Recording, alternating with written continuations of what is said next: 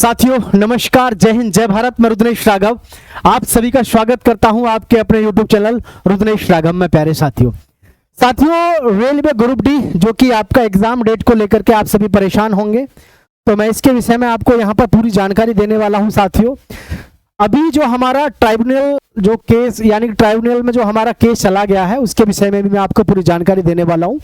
लेकिन आप अगर हमारे चैनल पे पहली बार आए हैं तो चैनल को सब्सक्राइब जरूर कर लीजिएगा। साथियों रेलवे ग्रुप डी में इस समय जो हमारी एग्जाम डेट को लेकर के सबसे बड़ा क्वेश्चन है कि योग्यता 10th या IITI रेलवे ग्रुप डी का एग्जाम डेट या वैकेंसी बढ़ सकती है या नहीं। तो प्यारे साथियों 1,08,00,000 युवक और युवतियों ने फॉर्म डाला है रेलवे ग्रुप डी में, जो कि अपने आप में बहुत बड़ी संख्या है। और 32,000 वैकेंसी का मतलब है ऊंट के मुंह में जीरा, यानी कि जिस हिसाब से फॉर्म डाले गए हैं उस हिसाब से वैकेंसी तो मात्र कितनी है, 32,000, तो ऊंट के मुंह में जीरा के बराबर है। साथियों अब हम इस विषय में आपको बताते हैं कि रेलवे ग्रुप डी का इस समय पे अपडेट क्या है कोर्ट केस से लेकर के वैकेंसियों को।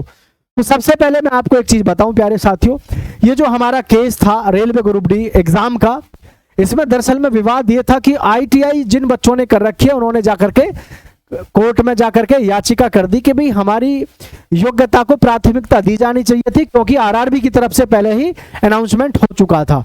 तो प्यारे साथियों कोर्ट में किसी भी प्रकार का फैसला नहीं हो पाया। अब क्या मामला है, पूरी प्रक्रिया एक बार ध्यान से इसको देख लो पहले, फिर आपको सारी कहानी समझ में आएगी मेरे साथियों। ठीक है, ध्यान से देखना, आपके पास में 2 पेज हैं, दोनों पेजों को ध्यान से देखो। मैं आपको पूरी जानकारी डिटेल में बता देता हूं, एग्जाम आपका कब है और क्या सब कुछ हो रहा है। ठीक है, चलिए। तो railway group D exam date 2025 update. Railway recruitment board group D court case is on going.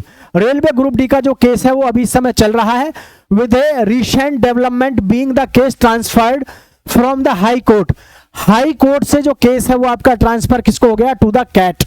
Cat को, कैट कौन होता है, सेंट्रल एडमिनिस्ट्रेटिव ट्राइब्यूनल।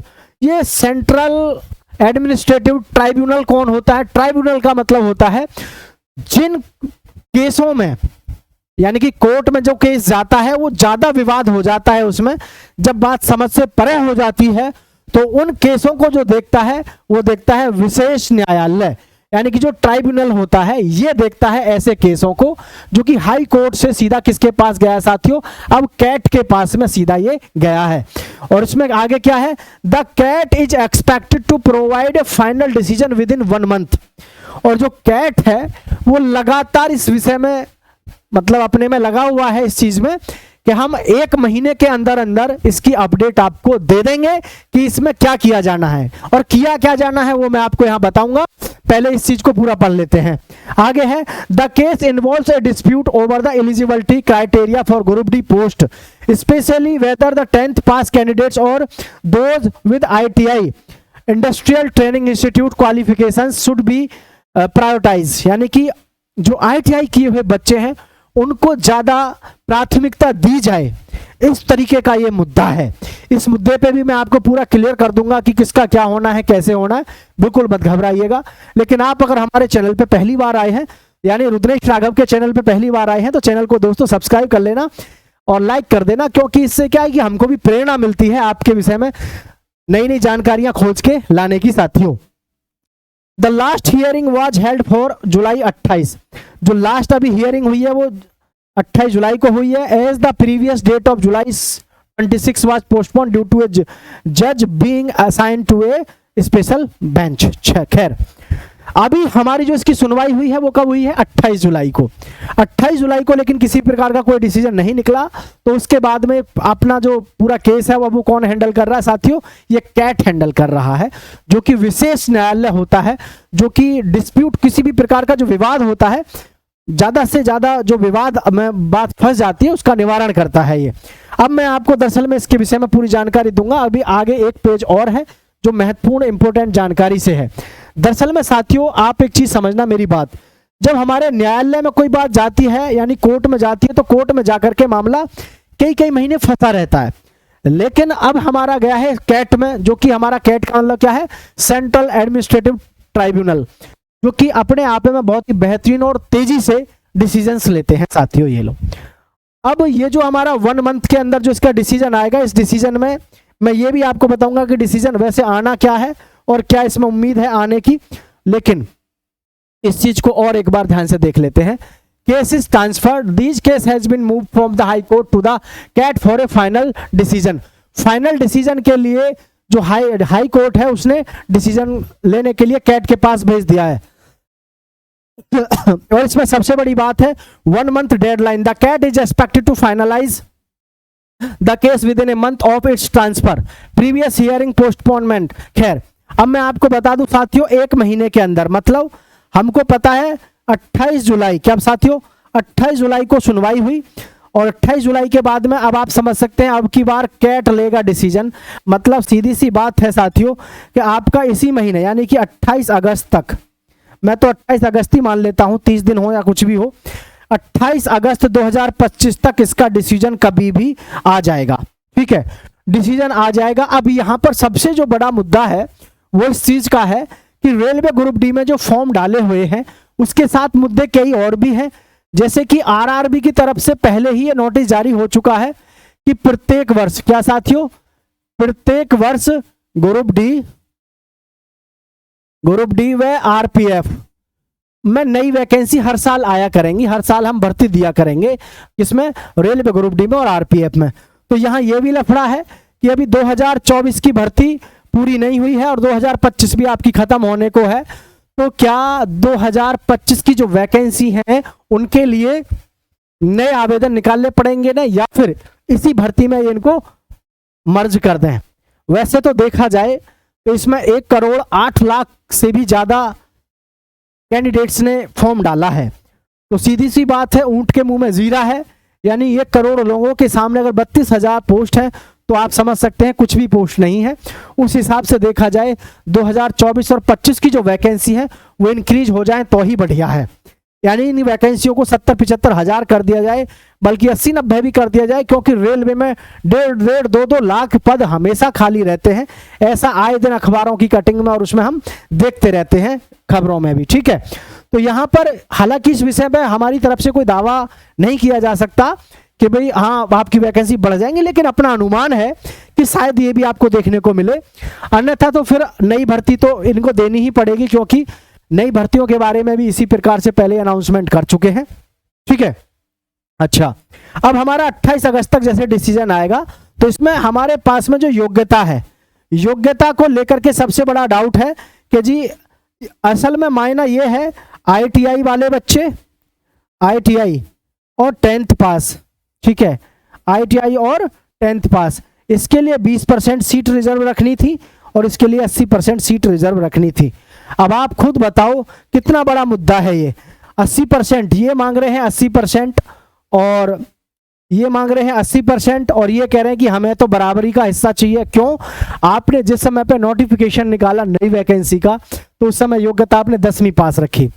अब 1,08,00,000 अभ्यर्थियों से आवेदन करते समय पे कितनी मोटी रकम आई होगी आप समझ सकते हो। तो भर्ती को पोस्टपोन करना या फिर कैंसिल करना पॉसिबल नहीं है, क्योंकि बहुत पैसा वापस करना पड़ेगा। तो आप यहां से इतनी सी बात को समझें, ये 80% ITI है और 20% 10th पास है। दरअसल में सरकार की भी अगर देखी जाए सोच ठीक है, रेलवे की भी सोच ठीक है। माफी चाहूंगा कुछ लोगों को बात कड़वी लगेगी, ITI वाले बच्चों को अगर प्राथमिकता दी जाए तो गलत भी नहीं है। गलत इसलिए नहीं है ITI वाले बच्चों को अगर प्राथमिकता दी जाए, भाई ITI के हर जिले में सहकारी स्कूल खुले हुए हैं भारत में, करोड़ों रुपए हर साल सरकार खर्च करती है ITI के बच्चों पर। तो उनको एक अच्छा प्लेसमेंट का मौका अगर दिया जाए ITI किए हुए बच्चों को तो शायद बढ़िया रहे। क्यों भाई, ITI किए हुए जो हमारे जितने भी एस्पिरेंट्स हैं जिन्होंने भी ITI से मतलब इसमें फॉर्म डाला है, तो कम से कम उनको इतना तो पता होता है कि टेक्निकल काम को करने की शुरुआत कैसे करनी है, टेक्निकल काम कैसे करना है। और भाई देखो, ये बात आपको हो सकता है बुरी लगे, लेकिन आपको ये भी चीज समझनी चाहिए साथियों कि ITI वाले जो लड़के हैं इनको आप एक चीज और देखो कि इनके लिए इतना सारा सरकार पैसा खर्च करती है, हर वर्ष बेहिसाब पैसा खर्च करती है। हर जिले में सहकारी ITI कॉलेज खुले हुए हैं। अब ITI किए हुए जो हमारे विद्यार्थी हैं इनके लिए इसमें अगर जगह दी जा रही है तो बढ़िया है रेलवे में। क्यों? ये ट्रेंड होते हैं, इनको अच्छे से नॉलेज होती है। रेलवे ग्रुप डी में ऐसे बहुत काम हैं जिन पे वास्तव में ITI वाले बंदों की जरूरत है ना। और वैसे भी अब सब कुछ सिस्टम आपका इलेक्ट्रॉनिक हो गया सारा कुछ, ठीक है। तो खैर, तो ये ठीक भी है, लेकिन हालांकि देखिए अभी डिसीजन क्या आता है, सबसे मेन चीज ये है। तो यहाँ डिसीजन की बात अगर मैं करूं तो साथियों देखो, एक चीज तो मुझे समझ में आ रही है इस समय पर। अभी ये तो निश्चित है कि कैट जो है हमारा, ये 1 महीने के अंदर अंदर जैसे इसने कहा है डिसीजन लेने के लिए, तो लगभग 28 अगस्त की बजाय आप ये मान लो कि 26 अगस्त है कि नहीं, 26 अगस्त तक अगर डिसीजन आ रहा है तो ठीक है, ठीक है। डिसीजन आ जाए तो बहुत अच्छी बात है। अगर डिसीजन नहीं आ रहा है तो फिर मामला टफ हो जाएगा। भाई एश्योरेंस तो दिया है इन्होंने, लेकिन आज आप देखो 15 अगस्त 16 अगस्त हो चुकी है, लेकिन अभी तक साथियों आपका किसी प्रकार का कोई डिसीजन नहीं आया। 16-17 दिन हो गए और 28 दिन और 1 महीने में अंतर ही कितना बचा है। तो खैर अब देखते हैं क्या होता है। बाकी वैकेंसी इंक्रीज हो तो भी अच्छा है, और सबसे बढ़िया तो प्लानिंग वैसे ये भी है ITI वाले बच्चों के लिए और 10वीं के पास बच्चों के लिए, दोनों के लिए वैकेंसी बढ़ा कर दे तो सिरदर्दी खत्म हो जाए। 70, 75, 80 हजार वैकेंसी हो जाए तो इससे बढ़िया ना। अब यहाँ अगर एग्जाम डेट की मैं बात करूँ ना साथियों, तो देखो तुम सब समझदार हो भाई, सभी लोग समझदार हैं। तो आप ये समझ के देखो अगस्त में आपका लास्ट तक जो है इसका, अगस्त तक आपका डिसीजन आएगा। अगस्त के बाद में सितंबर में RRB खुद सोचेगा कि अब करना क्या है, कैसे कैसे। सितंबर, अक्टूबर, यानी कि नवंबर और दिसंबर से पहले तो आपका एग्जाम होने का कोई मतलब नहीं बनता, क्योंकि 1 करोड़ 8 लाख लोगों के लिए कॉलेजेस, स्कूल्स भी देखने होंगे। एग्जाम कराना इतना आसान तो नहीं, आप भी सभी समझदार हो। ऐसे तो है नहीं कि 4 दिन में ही सारा काम हो जाएगा। 1 करोड़ अभ्यर्थी, 1 करोड़ 8 लाख अभ्यर्थियों को एग्जाम दिलाने के लिए इतनी बड़ी प्लानिंग की जरूरत है कि बहुत ज्यादा। तो साथियों इसमें जो है टाइम तो भी आपका लगेगा।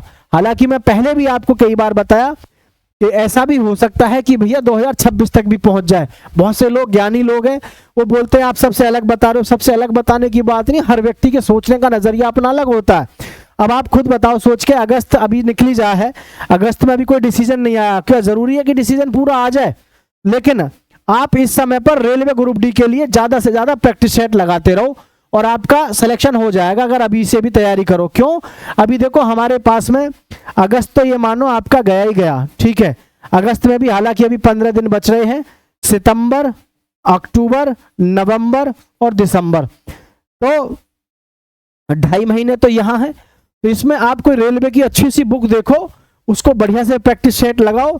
और देखो ऑनलाइन तैयारी कर रहे हो, बहुत अच्छी बात है, लेकिन बुक अगर कोई एक बुक कोई सी प्रेफर कर लो बढ़िया सी, रेलवे ग्रुप डी की, मामला पार कर देती है। कोई भी बुक उठा लो आप रेलवे ग्रुप डी की, सबसे बढ़िया है। क्योंकि पिछली बार हमारा भाई खुद जो है रेलवे में सेलेक्ट हुआ ग्रुप डी में, पिछली वाली जो भर्ती गई है अभी। तो भाई सभी युवा साथियों से कहना चाहूंगा भाई थोड़ा सा धैर्य बना के रखें, अपनी तैयारी में जुटे रहो, प्रैक्टिस सेट ज्यादा से ज्यादा लगाओ। कोई भी समस्या है तो नीचे कमेंट करके बताओ साथियों, ठीक है। और चैनल को कर लेना सब्सक्राइब, दोस्तों के साथ शेयर कर देना। जय हिंद, जय भारत मेरे साथियों।